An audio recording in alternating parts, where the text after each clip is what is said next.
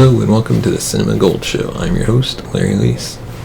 For today's episode of Classic Rewind, we're taking a look at Rambo First Blood Part 2.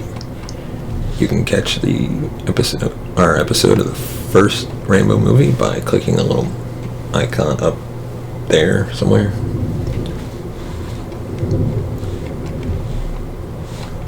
But first, we'd like to thank our sponsor, Pondex, for sponsoring this episode.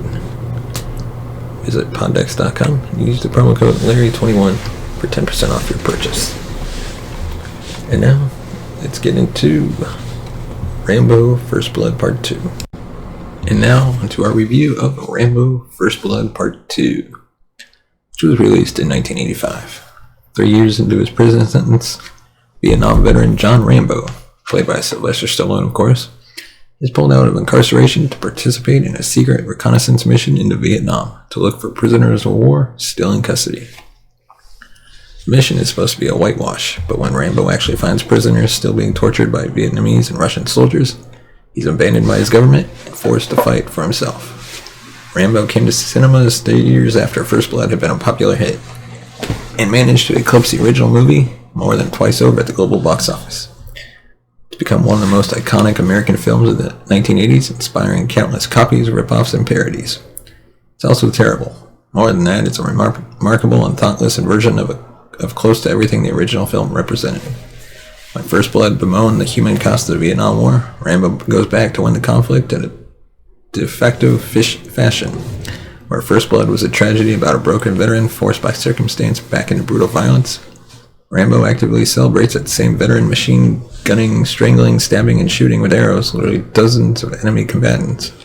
One film was a savage indictment of the American state, the other, jingoistic act of blind, crass patriotism.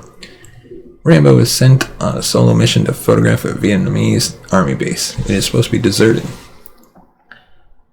His superiors, personified by the dodgy CIA operative Murdoch, needed to be deserted so they could parade Rambo and his photographs in Congress and stop grieving families from pressing them to investigate for surviving prisoners of war. When Rambo finds an active prison camp with starving American prisoners and tries to rescue one to show proof of life in the U.S., he gets abandoned by the government and captured by the Soviet colonel who runs the camp. It is the ultimate in 1980s American action cinema, simultaneously decrying the government as untrustworthy while celebrating the traditional American exceptionalism that has been a cultural cornerstone for decades. It shoehorns a Russian villain into a Vietnamese story to emphasize the Cold War, feeding into a Reagan-friendly narrative of American winning that Cold War. Rambo even asks Colonel Troutman before he leaves for Vietnam, "Do we get to win this time?" The colonel responding, "That's up to you." The film's politics are blunt and simplistic, and Rambo's spirited speech at the film epilogue feels remarkably trite and naive, particularly in comparison to the same character's emotional breakdown at the climax of First Blood. What is more, in retrospect, the film feels actively cruel. At the end, it was produced. Rumors were widespread that Vietnam had not repatriated all of their prisoners in 1972. Many Americans believed that prisoners were left behind to be tortured and interrogated for a whole extra decade. In 1982, James Gritz, a decorated Green Beret, led a mission into Cambodia to find POWs. He found nothing, but gained a lot of publicity at the time. No prisoners were ever found because it turns out they were very likely not there. Sustaining the myth in a film like this, in the Chuck Norris vehicle missing in action, just seems like keeping a hope alive in American families that would have been better off grieving. Stallone does his best, but the nuance of Rambo is gone in the screenplay. As Colonel Troutman again goes for a dignified but passive role, he's watchable, but the stakes feel much lower for him the second time around.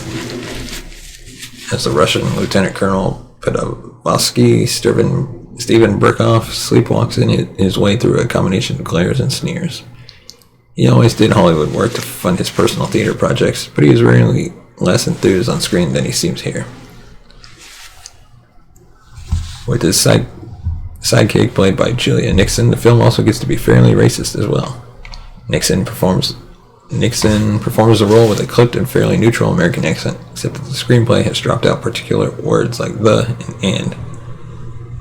What mean expendable? She asks Rambo at one point, one of numerous lines that simply make her sound like a racist idea of a funny joke.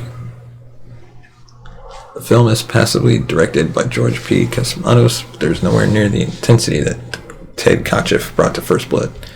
There is never a sense that Rambo is in any real danger, and therefore very little tension. The aerial sequences are a bright spot. It's a little wonder that when Rambo 3 came around, it was aerial director Peter McDonald who sat in the director chair. First Blood is a bona fide American classic. Rambo First Blood Part 2 just feels like cheap and lazy propaganda. Sure, it was popular at the time, but so were a lot of terrible things. It is a film of its time, and it is really best off staying there. That it's the most famous and widely seen installment of the franchise is almost criminal. And that is our review of Rambo First Blood Part 2. Let us know in the comment section below what you thought of the film. And now moving on to our newest favorite segment, the Pod Deck segment, where we pull a card from the virtual deck from the Pod Decks app.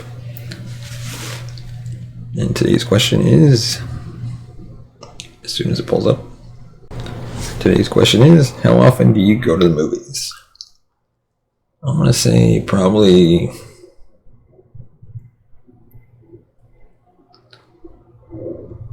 I'm going to go with at least like once a month, maybe twice.